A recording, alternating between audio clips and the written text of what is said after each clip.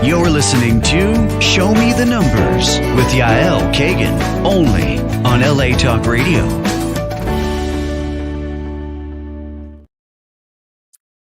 So, continuing, and I discussed and explained how we calculated our life path number.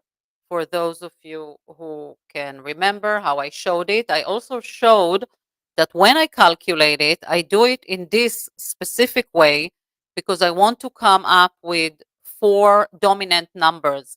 And I'm looking at the month, the day of birth, the year of birth, and then the life path number. So the reason why I wrote it this way and why I use it when I open a life path map is because in my book, that's exactly what I explain. After I go through each one of the numbers, and there's like few pages about each one of them, I will go into explaining how important and what is the information within each one of those. So there is a lot of information into the day that a person was born, and it's more the inner traits that the person came into this world with.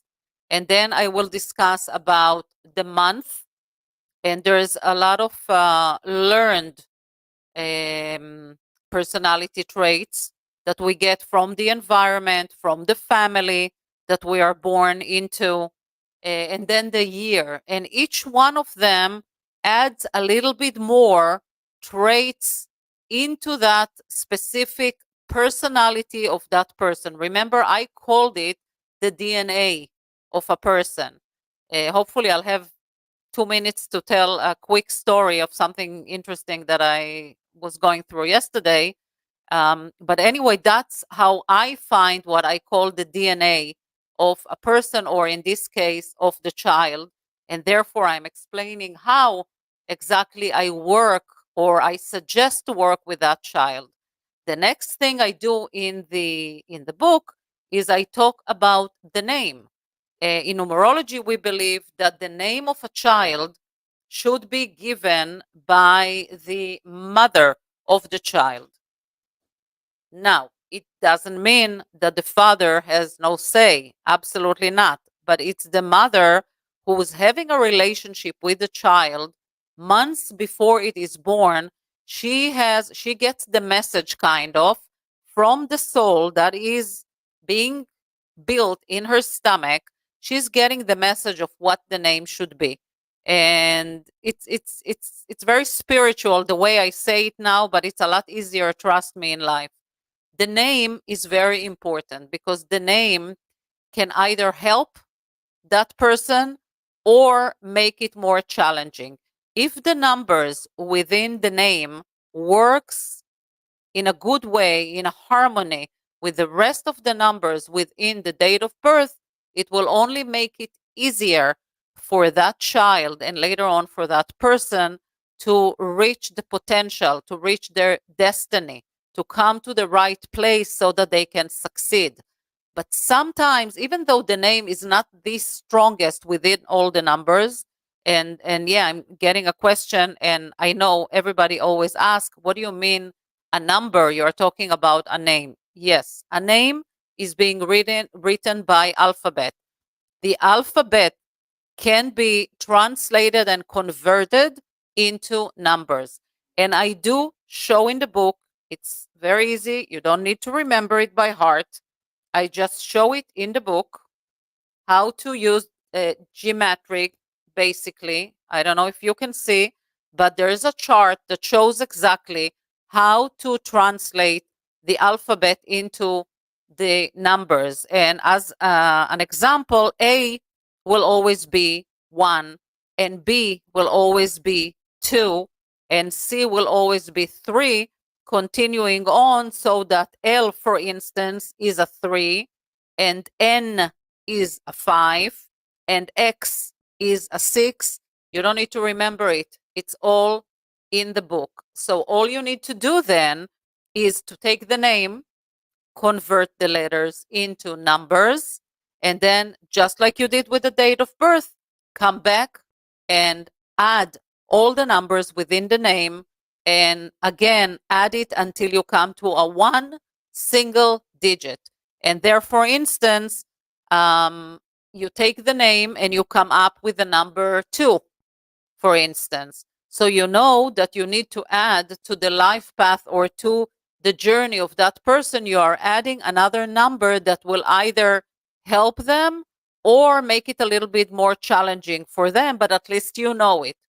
Now, people who understand numerology, people who read the book, people who've studied it or just know enough about numerology, they know that they have the ability, when they give birth to a child, to call a numerologist and say, okay, and I see it all the time. I gave birth in this date, and I have a baby girl, let's say, and I'm thinking about what name should I call her. Now, again, I have a special way of checking it. I am not teaching it in the book. It's not that easy. But what I will tell that person, you need to stay within the names that are part of the group of number, let's say 3. For whatever reason, I look at all the numbers, I do my calculation. You need to find a name that the geometry will come to the number 3. And then you need to check which names will come. I mean, instead of just checking each and every name, unless you have the name. Some people will tell me we're debating between those 2 names. Very easy. We do the geometry, we check the numbers, and I'll tell them if it's right or wrong. I will never tell somebody, don't you ever do that. That's up to them. If they feel like calling a name for a certain reason, I mean, go do it. But if you called me, if you asked me, then I want to tell you what is the right thing for that baby that was born.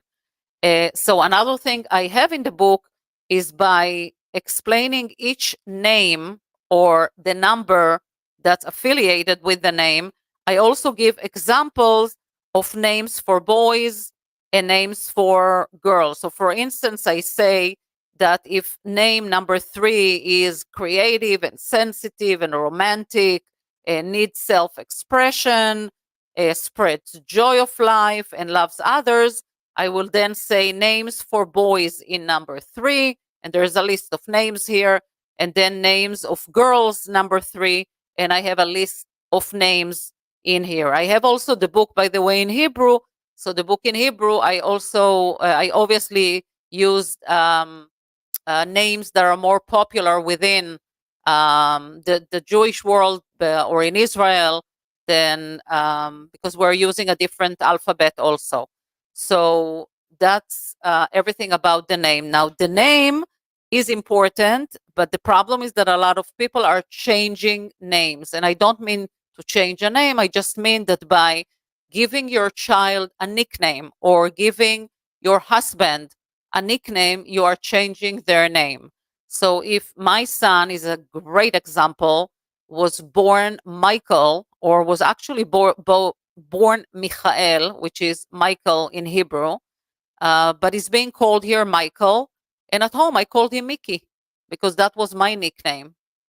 And what I'm basically doing is I'm changing his name.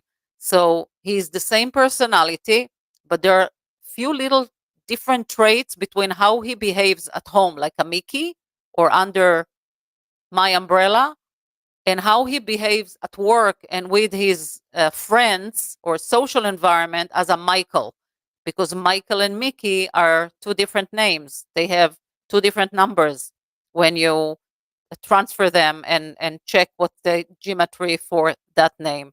So it's very interesting, and I want you to know that whenever you call a Jonathan Johnny, you are changing his name. Then there's the other thing that some people will say, I believe that my name is making it difficult for me or blocking me from getting to where I need to be. I want to change my name. In numerology, we do not believe that changing a name is something you should do. Sometimes we will tell you just add a letter so that the name stays the same, but there's like a little bit like something else, like a little energy that you can add into it. You can play with the letters. We'll do that. Or if you really feel that it's more than that, some people will tell you add a name. I don't believe in that, because unless you call yourself and everybody knows you by the two names, I don't think it helps you otherwise. If it's just a name that's written somewhere and nobody's using and nobody knows you by that second name, I think it's meaningless. And if you want to do more than that and really change a name, I just say that I don't do that, but feel free to go to either a rabbi or a priest or whoever is within your beliefs and check if that's something that is doable, if it's the right thing to do, and how to do. And I said before I'll finish, I just want to say a very short story that one of my friends and also client working with whatever a radio station, and really wanted me to bring numerology into one of the shows. And I spoke to one of the hosts there, and he said, just so that I understand if it's really good, can I give you my date of birth? I've never met the person. I don't even know who he is. I never saw him. I got from him the date of birth, and I recorded like an opening of a map, but I did it, very in like 10 minutes. Usually it's like an hour thing. And I got from him the message after he read. He was like, a complete fascination. He was like, I cannot believe you nailed it. I cannot believe how well it was done. So yes, that's the true and amazing truth about numerology, and how you can know so much about a person just by their date of birth and their name. I did very, very, very little for him, and it fascinated him. So it will continue from there. So I really wish that you understood and that you want to hear more. And if you want to purchase the book, it's on Amazon, but you can contact me. I also have books, some, what is left from yesterday's lecture. You can contact me directly, and I'm happy to ship or send you the link to the Amazon. And I believe each house should have one.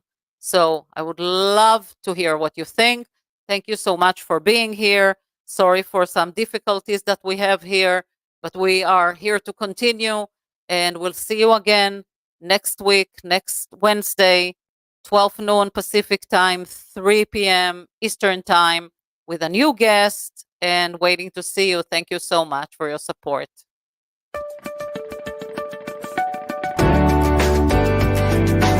You're listening to Show Me the Numbers with Yael Kagan, only on LA Talk Radio.